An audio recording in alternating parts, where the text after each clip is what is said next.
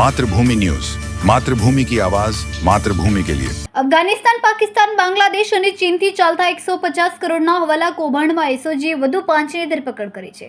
Dubai ખાતે હવાલાથી કરોડોની રકમ અમદાવાદની આંગણિયા પેઢીમાં આવતી હતી અને તે રકમના બદલામાં આંગણિયાનો માલિક મિતેશ ઠક્કર આરોપી ઓમ પંડ્યાના કહેવાથી અંકિત બુંદેલાના વોલેટમાં જ ઓનલાઈન યુએસડીટી ટ્રાન્સફર કરી દીધો હતો, જેને પણ એસઓજીએ દબોચી લીધો છે। અત્યાર સુધીમાં આંગણિયામાં 3 કરોડથી વધુની રકમ દુબઈથી આવી હોવાનું સામે આવ્યું છે। એસઓજીના પીઆઈ સોનારા અને તેના સ્ટાફે અમદાવાદ ખાતેથી 3ને પકડી લાવી સાથે વધુ 2 આરોપી સુરતથી પકડી પાડ્યા છે।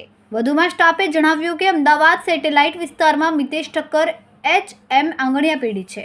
તારીખ 15/10/2024ના રોજ અઠવા પોસ્ટેની હદમાં એક મકબૂલ ડૉક્ટર અને એના ફેમિલી મેમ્બર્સ તથા અન્ય લોકો હવાલાનો એક કૌભાંડ ચલાવતા હતા।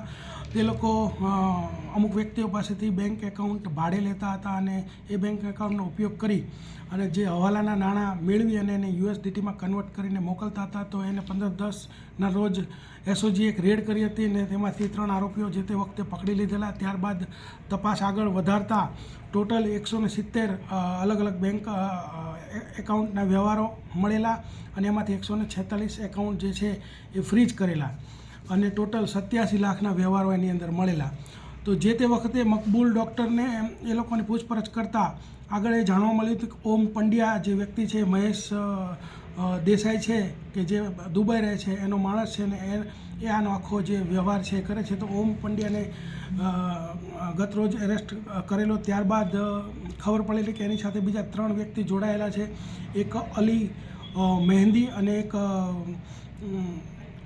એક અંકિત બુંદેલા। આ બંને જે લોકો છે એ મહેશ વતી જ ઓમ પંડ્યા સાથે જોડાઈને કામ કરતા હતા અને એ પણ આજ યુએસડીટીનું કન્વર્ટ કરવાનું કામ કરતા હતા અને કન્વર્ટ કરવામાં એમને જે યુએસડીટી આપતો વ્યક્તિ જે છે એ એચએમ આંગણિયા પેઢીનો જે ધારક છે જે મિતેશ ઠક્કર, તે આ લોકોને યુએસડીટી કોઈપણ રીતે આપતો હતો। તો એ અલી મહેંદી, પછી અંકિત બુંદેલા અને મિતેશ ઠક્કર, આ 3 લોકોને ગતરોજ તારીખ 21/11ના રોજ ધોરણસર કાર્યવાહી કરી એરેસ્ટ કરે છે। તે ઉપરાંત જ્યારે રેડ દરમિયાન 29 બેંક ખાતાઓની જે પાસબુકો મળેલી એમાંથી બે જે એકાઉન્ટ ધારકો છે જેના નામ નીચે મુજબ છે, દાની સંસારી અને અબરાર પઠાણ, આ બંને લોકોને પણ ધોરણસર કાર્યવાહી કરી અને ધરપકડ કરેલ છે। ખૂબ જ ટૂંકા સમયમાં માતૃભૂમિ ન્યૂઝ ઓટીટી પ્લેટફોર્મ અને મેગા સિટીમાં કેબલ નેટવર્ક સાથે જોડાઈ જશે, તો જોતા રહો માતૃભૂમિ ન્યૂઝ।